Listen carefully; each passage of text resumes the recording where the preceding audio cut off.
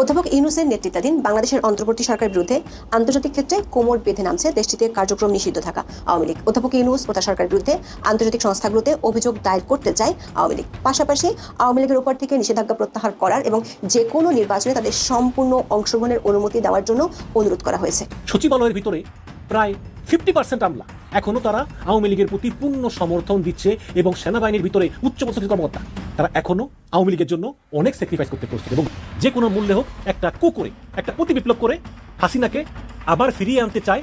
সেটা যেভাবেই হোক ফেব্রুয়ারি নির্বাচনের আগেই ইউনূস সরকারের পতন ঘটিয়ে আওয়ামী লীগকে পারলে ক্ষমতায় আনবে। এই মুহূর্তে ভারত শেখ হাসিনাকে আরেকটি সুযোগ তৈরি করে দিল। ভারতের উদ্যোগে শেখ হাসিনা রাশিয়ার প্রধানমন্ত্রী পুতিনের সাথে ফোনে কথা বলেছেন। প্রিয় দর্শক, ইটিসি নিউজ বাংলাতে আপনাদের আরও একবার স্বাগত। এই মুহূর্তে দায়িত্বশীল ব্যক্তি আর গণমাধ্যমের গুরুত্বপূর্ণ সংবাদ প্রতিবেদনগুলোর কিছুটা অংশ বিশেষ ইতিমধ্যে আপনারা ভিডিও শুরুতেই দেখে ফেলেছেন। তো চলুন যাই সম্পূর্ণ প্রতিবেদনগুলো দেখে আসার আগে চ্যানেলটিকে সাবস্ক্রাইব করে পাশে থাকা বেল আইকনটি ক্লিক করে দেয়। সেই সঙ্গে ভিডিওটিতে একটি লাইক দিয়ে আজকের দায়িত্বশীল ব্যক্তি আর গণমাধ্যমের গুরুত্বপূর্ণ সেই সংবাদ প্রতিবেদনগুলো দেখে আসি। শেখ হাসিনাকে এই সুযোগটুকু করে দিয়েছে ভারত সরকার। ভারত সরকারের নির্দেশনায় তিনি আওয়ামী লীগ নেতাকর্মীদের সাথে বৈঠক করছেন, আলোচনা করছেন, নেতাকর্মীদেরকে উদ্বুদ্ধ করার চেষ্টা করছেন, ঐক্যবদ্ধ করার চেষ্টা করছেন। এই মুহূর্তে ভারত শেখ হাসিনাকে আরেকটি সুযোগ তৈরি করে দিল। ভারতের উদ্যোগে শেখ হাসিনা বহির্বিশ্বের বিভিন্ন নেতার সাথে আলোচনা করছেন, ক্ষমতাধর ব্যক্তিদের সাথে আলোচনা করছেন, রাষ্ট্রপ্রধানদের সাথে আলোচনা করছেন। আজকে শেখ হাসিনা ভারতের উদ্যোগে রাশিয়ার প্রধানমন্ত্রী পুতিনের সাথে ফোনে কথা বলেছেন। সেই ব্যবস্থা করে দিয়েছে ভারত সরকার। ভারতের নিরাপত্তা উপদেষ্টা অজিত ডোভাল এই মুহূর্তে রাশিয়া সফর করছেন। সেই সুযোগটাকে কাজে লাগিয়ে শেখ হাসিনা মুঠোফোনে পুতিনের সাথে কথা বলেছেন 17 মিনিট। সেখানে কি কথা হয়েছে, কোন আলোচনা হয়েছে সে সম্পর্কে খুব বেশি জানা যাচ্ছে না। যতটুকু জানা যাচ্ছে, শেখ হাসিনা পুতিনের স্বাস্থ্যের খবর নিয়েছেন এবং পুতিন শেখ হাসিনার স্বাস্থ্যের খবর নিয়েছেন এবং এই মুহূর্তে এশিয়াতে যে রাজনীতি চলছে, যে প্রেক্ষাপট বিরাজ করছে, জিও পলিটিক্স সম্পর্কে তাদের মধ্যে আলোচনা হয়েছে। বিশেষ করে এই মুহূর্তে আমেরিকা যে এশিয়া মহাদেশে আধিপত্য বিস্তার করতে চেষ্টা করছে সেই বিষয়ে তাদের মধ্যে আলোচনা হয়েছে এবং পুতিন শেখ হাসিনাকে আশ্বস্ত করেছেন তিনি বাংলাদেশের প্রধানমন্ত্রী হবেন। তিনি যখন বাংলাদেশের প্রধানমন্ত্রী হবেন তখন পুতিন নিজ উদ্যোগে বাংলাদেশ সফর করবেন, শেখ হাসিনার সাথে সরাসরি সাক্ষাৎ করবেন এবং পুতিন শেখ হাসিনাকে দাওয়াত দিয়েছেন তিনি বাংলাদেশের প্রধানমন্ত্রী হওয়ার পর তিনি যেন রাশিয়া সফর করেন। পরিস্থিতি এই মুহূর্তে জটিল। বাংলাদেশের ক্ষমতাচ্যুত প্রধানমন্ত্রী, রাশিয়ার বর্তমান প্রধানমন্ত্রী এবং যাকে আয়রন ম্যান হিসেবে আখ্যায়িত করা হয়, যাকে পৃথিবীর এমন কোনো রাষ্ট্রপ্রধান নাই ভয় পায় না, সেই ব্যক্তির সাথে শেখ হাসিনা 17 মিনিট কথা বলেছেন। এই মুহূর্তে আমাদের এশিয়া মহাদেশে যে জটিলতা লক্ষ্য করা যাচ্ছে, আমেরিকা আধিপত্য বিস্তার করতে চাচ্ছে আর সেই আধিপত্য বিস্তারকে ঠেকিয়ে দেওয়ার জন্য 3 পরাশক্তি একত্রিত হয়েছে, ভারত, চীন, রাশিয়া। তারা ঐক্যবদ্ধভাবে আমেরিকাকে আটকাতে চাচ্ছে, আমেরিকা যেন কোনো অবস্থাতেই এশিয়াতে আধিপত্য বিস্তার না করতে পারে। ভারত এবং চীনের মধ্যে একটি বৈরী সম্পর্ক ছিল, কিন্তু এই মুহূর্তে আমেরিকাকে ঠেকাতে, আমেরিকাকে কোণঠাসা করতে, আমেরিকার আধিপত্য বিস্তার যেন না ঘটে তার লক্ষ্যে তারা একত্রিত হয়েছে।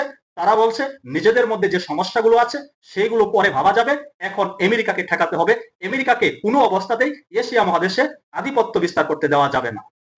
তারই লক্ষ্যে চীন সফরে যাচ্ছে ভারতের প্রধানমন্ত্রী নরেন্দ্র মোদী এবং রাশিয়ার প্রধানমন্ত্রী পুতিন। এই মুহূর্তে 3 পরাশক্তি একত্রিত হয়ে আমেরিকার আধিপত্যের বিরুদ্ধে মাঠে নেমেছেন, মাঠে নামার ইঙ্গিত দিচ্ছেন। তার মধ্যে একটি অংশ হয়ে গেল বাংলাদেশের সাবেক প্রধানমন্ত্রী, ক্ষমতাচ্যুত প্রধানমন্ত্রী শেখ হাসিনা। পুতিনের সাথে ফোন আলাপ, বিষয়টি কিন্তু একেবারে খামখেয়ালি না, এটি অনেক বড় একটা বিষয়। পুতিনের সাথে ফোন আলাপ করেছেন ক্ষমতাচ্যুত প্রধানমন্ত্রী। রাশিয়া পরীক্ষিত বাংলাদেশের বন্ধু, রাশিয়া সর্বদাই বাংলাদেশের পাশে থাকে। তবে জিও পলিটিক্স এর কারণে এই মুহূর্তে হয়তো তাদের মধ্যে আলোচনা হয়েছে, সেই আলোচনার ব্যবস্থা করে দিয়েছে ভারত, বিশেষ করে ভারতের নিরাপত্তা উপদেষ্টা অজিত ডোভাল। অজিত ডোভাল এই মুহূর্তে এই কাজটি করে দিয়েছেন, শেখ হাসিনার সাথে পুতিনের ফোন আলাপের ব্যবস্থা করে দিয়েছেন। সেখানে অবশ্যই ভারত সরকারের সম্মতি আছে। ভারত সরকারের সম্মতিক্রমে শেখ হাসিনা আস্তে আস্তে বহির্বিশ্বের বিভিন্ন রাষ্ট্রপ্রধানের সাথে আলোচনা করবেন। যেমন আজকে শুরু করেছেন রাশিয়ার প্রধানমন্ত্রীর সাথে তিনি আলোচনা করেছেন। এই তথ্যগুলো কোট আনকোট বলছি, এই তথ্যগুলো প্রকাশ করেছে ভারতের একজন বিখ্যাত সাংবাদিক তরুণ ঘোষ। তিনি তার নিজস্ব চ্যানেল ন্যাশনাল ডায়লগে এই দাবি করেছেন যে বাংলাদেশের ক্ষমতাচ্যুত প্রধানমন্ত্রী এবং রাশিয়ার প্রধানমন্ত্রীর মধ্যে 17 মিনিট ফোন আলাপ হয়েছে। তবে বিষয়টি গুজবও হতে পারে, মিথ্যাও হতে পারে, সত্যও হতে পারে। তবে এই বিষয়ে অবশ্যই সত্যতা বেরিয়ে আসবে। অচিরে আমরা জানতে পারবো তাদের মধ্যে কি আলোচনা হয়েছে বা আদৌ আলোচনা হয়েছে কিনা। আজকে ভয়ঙ্কর কিছু কথা বলবো, মনোযোগ দিয়ে শুনবেন। আমি নিজেও কিন্তু আওয়ামী লীগকে অনেক আন্ডার এস্টিমেট করেছিলাম, কিন্তু এই আওয়ামী লীগ ভয়ঙ্কর রূপে ফিরে আসার আপ্রাণ চেষ্টা করতেছে এবং সেই সঙ্গে যুক্ত হয়েছে ভারত। দেখুন, ভারতের সঙ্গে তো ইউনুসের সম্পর্ক আগের চেয়ে থেকে ওই খারাপ।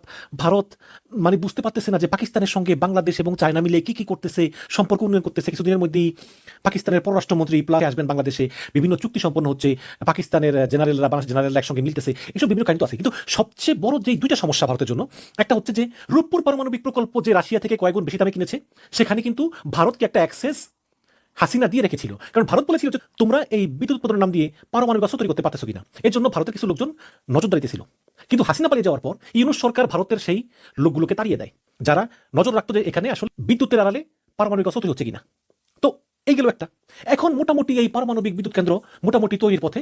এখন এই পারমাণবিক বিদ্যুৎ কেন্দ্র যদি নষ্ট হয় বা কোনো মেরামত করা লাগে, তাহলে রাশিয়ান যে টেকনিশিয়ান আসবে মেরামত করার জন্য, এটা অনেক এক্সপেন্সিভ।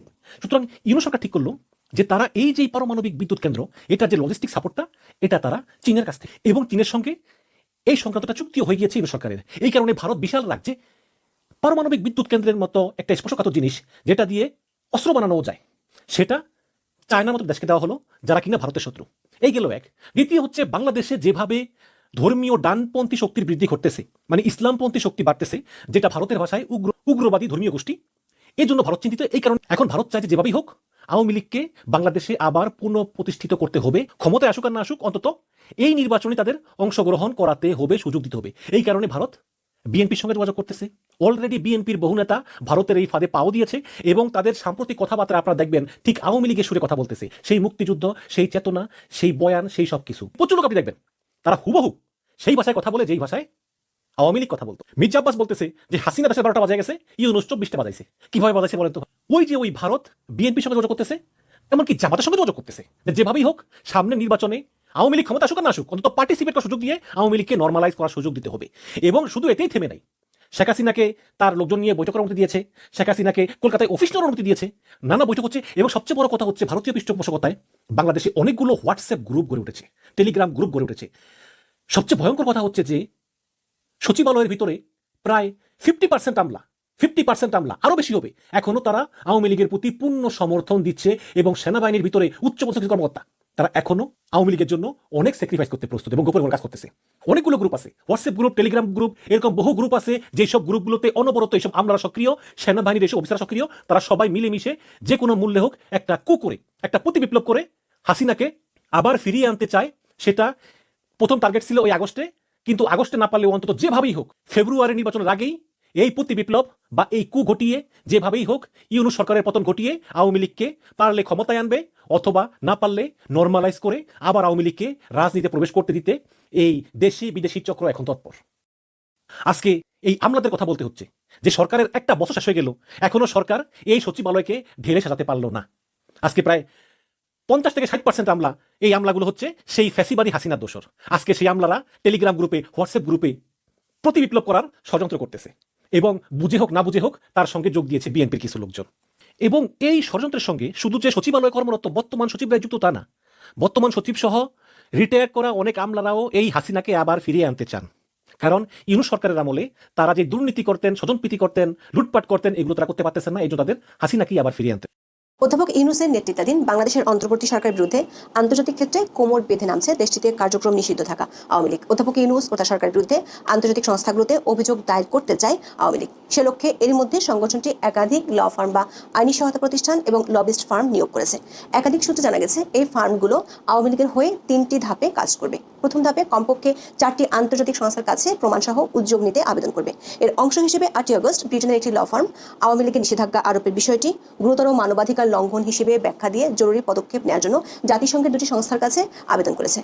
দ্বিতীয় ধাপে আওয়ামী লীগের কার্যক্রম নিষিদ্ধ করা এবং দলটির নেতাকর্মীদের নির্যাতনের তথ্য সরবরাহ করে 3টি আন্তর্জাতিক মানবাধিকার সংগঠনের কাছে উদ্যোগ গ্রহণের জন্য আবেদন করা হবে। সবশেষ ধাপে গোপালগঞ্জের ঘটনাসহ বেশ কয়েকটি ঘটনায় মানবাধিকার লঙ্ঘনের ঘটনা প্রমাণ আন্তর্জাতিক মানবাধিকার সংস্থাগুলোর কাছে তুলে ধরে তাদের মাধ্যমে ইন্টারন্যাশনাল ক্রিমিনাল কোর্ট বা ICCর প্রসিকিউটরের কাছে অভিযোগ জমা দেওয়ার জন্য কাজ করছে।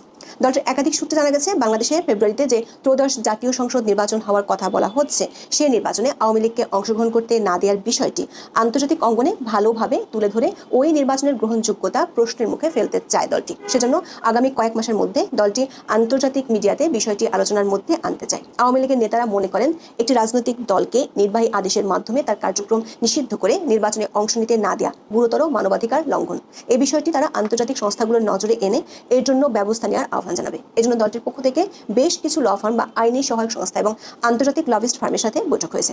এসব ফার্মের মাধ্যমে জাতিসংঘ সহ আন্তর্জাতিক বেশ কয়েকটি সংস্থার কাছে দমন পীড়নের চিত্র এবং আওয়ামী লীগকে নিষিদ্ধ করার ইস্যুটি তুলে ধরতে চায়। যেসব আন্তর্জাতিক সংস্থার কাছে অভিযোগ তুলে ধরা হতে পারে সেগুলো হলো জাতিসংঘ মানবাধিকার কমিটি বা সিসিপিআর, জাতিসংঘ মানবাধিকার কাউন্সিল বা HRC এবং বিশেষ প্রতিবেদক বা স্পেশাল রেপুটিয়ার্স, এছাড়া কমনওয়েলথ এবং কমনওয়েলথ পার্লামেন্ট অ্যাসোসিয়েশন, ইউরোপীয় ইউনিয়ন ও অস্ট্রেলিয়ার কিছু সংগঠন। রাজনৈতিক দমন পীড়ন বা রাজনৈতিক অধিকার লঙ্ঘনের বিষয় হওয়ায় আওয়ামী লীগ প্রথম ধাপে বেছে নিয়েছে জাতিসংঘের স্পেশাল রেপুটিয়ার্সকে। এরই মধ্যে আওয়ামী লীগের হয়ে ব্রিটেনের একটি নাম করা law firm Doughty Street chamber Awami লীগের পক্ষে ডক্টর ইউনূস সরকারের বিরুদ্ধে ব্যবস্থা গ্রহণের জন্য অথবা আওয়ামী লীগের রাজনৈতিক কার্যক্রম নিষিদ্ধ করাকে মৌলিক মানবাধিকারের লঙ্ঘন হিসেবে উল্লেখ করে জাতিসংঘের স্বাধীন বিশেষজ্ঞ বা স্পেশাল রেপুটিয়ার্স এবং অন্যান্য দূতের কাছে আবেদন পাঠিয়েছে। জাতিসংঘের মানবাধিকার কাউন্সিলের অধীনে থাকা স্বাধীন মানবাধিকার বিশেষজ্ঞদের সদস্য রাষ্ট্রগুলোর কাছে উদ্বেগ জানিয়ে চিঠি পাঠাতে অনুরোধ করা হয়েছে। ব্রিটিশ ল ফার্মটির একজন বিশেষজ্ঞ বলছেন, OHCHR এর সাম্প্রতিক প্রতিবেদন যেখানে আওয়ামী লীগকে নিষিদ্ধ না করার সুপারিশ করা হয়েছে তা আওয়ামী লীগের জন্য একটি শক্তিশালী আন্তর্জাতিক সমর্থন হিসেবে কাজ করতে পারে। এই প্রতিবেদনটি একটি নজির স্থাপন করেছে যে জাতিসংঘ একটি রাজনৈতিক দলের সম্ভাব্য নিষেধাজ্ঞার বিষয়ে সরাসরি অবস্থান নিয়েছে। আওয়ামী লীগ তাদের অধিকার লঙ্ঘনের বিষয়ে আন্তর্জাতিক জনমত গঠনে এবং কূটনৈতিক চাপ বাড়াতে এই প্রতিবেদনকে ব্যবহার করতে পারে, যা নিষেধাজ্ঞার সিদ্ধান্ত পুনর্বিবেচনায় সহায়ক হতে পারে। ডাউটি স্ট্রিট চেম্বার তাদের ওয়েবসাইটে 8 আগস্ট এমন তথ্য শেয়ার করেছে। তারা শেখ হাসিনা, যিনি আওয়ামী লীগের সভাপতি, তার পক্ষে এই জরুরি পদক্ষেপের জন্য অনুরোধ জমা দিয়েছেন। এই আবেদনে বলা হয়েছে যে অন্তর্বর্তীকালীন সরকার গত মে মাসে আওয়ামী লীগকে নির্বাচনে অংশগ্রহণে নিষিদ্ধ করেছে এবং বাংলাদেশ আন্তর্জাতিক অপরাধ ট্রাইব্যুনালে আওয়ামী লীগের নেতাদের বিরুদ্ধে মামলা নিষ্পত্তি না হওয়া পর্যন্ত এর সকল কার্যক্রম নিষিদ্ধ করেছে। অভিযোগপত্রে দাবি করা হয়েছে এই নিষেধাজ্ঞা মৌলিক মানবাধিকারের লঙ্ঘন ঘটিয়েছে, যা বাংলাদেশে আইনের শাসন এবং গণতন্ত্রকে ক্ষুণ্ণ করে। পাশাপাশি আওয়ামী লীগের উপর থেকে নিষেধাজ্ঞা প্রত্যাহার করার এবং যে কোনো নির্বাচনে তাদের সম্পূর্ণ অংশগ্রহণের অনুমতি দেওয়ার জন্য অনুরোধ করা হয়েছে। অভিযোগপত্রে অধ্যাপক ইউনূস দায়িত্ব নেওয়ার পর থেকে আওয়ামী লীগের নেতাকর্মী এবং সংখ্যালঘুদের উপর ব্যাপক রাষ্ট্রীয় নির্যাতন হয়েছে বলে দাবি করা হয়েছে। আরও দাবি করা হয়েছে বাংলাদেশের অন্তর্বর্তী সরকার এসব অপরাধের সাথে জড়িতদের দায় মুক্তি দিয়েছে। আওয়ামী লীগের নেতারা মনে করেন জাতিসংঘের মানবাধিকার বিষয়ক হাই কমিশন তাদের গত ফেব্রুয়ারি রিপোর্টে কোনো রাজনৈতিক দলকে নিষিদ্ধ না করার বিষয়ে বাংলাদেশ সরকারকে সতর্ক করেছিল। বিষয়টি উল্লেখ করে জাতিসংঘ মানবাধিকার কমিটি বা সিসিপিআর, জাতিসংঘ মানবাধিকার কাউন্সিল বা HRC এর কাছে চিঠি পাঠানো হয়েছে। একই ধরনের রিপোর্ট কমনওয়েলথ, ইউরোপীয় ইউনিয়ন এবং অস্ট্রেলিয়ার সংগঠনগুলোর কাছে পাঠাবে। সূত্রগুলো বলছে জাতিসংঘ মানবাধিকার হাই কমিশনার ভলকার তুর্কের বিরুদ্ধেও আওয়ামী লীগ আনুষ্ঠানিক অভিযোগ জমা দিতে পারে। দ্বিতীয় ধাপে 3টি আন্তর্জাতিক মানবাধিকার সংস্থার কাছে রিপোর্ট পাঠিয়ে ব্যবস্থা নেওয়ার জন্য লবিং করছে। এগুলো হলো হিউম্যান রাইটস ওয়াচ বা HRW, অ্যামনেস্টি ইন্টারন্যাশনাল এবং international federation for human rights বা FIDS এর মধ্যে জাতিসংঘের কাছে বাংলাদেশের সংখ্যালঘুদের উপর দমন পীড়নের বিষয়ে নালিশ করেছে।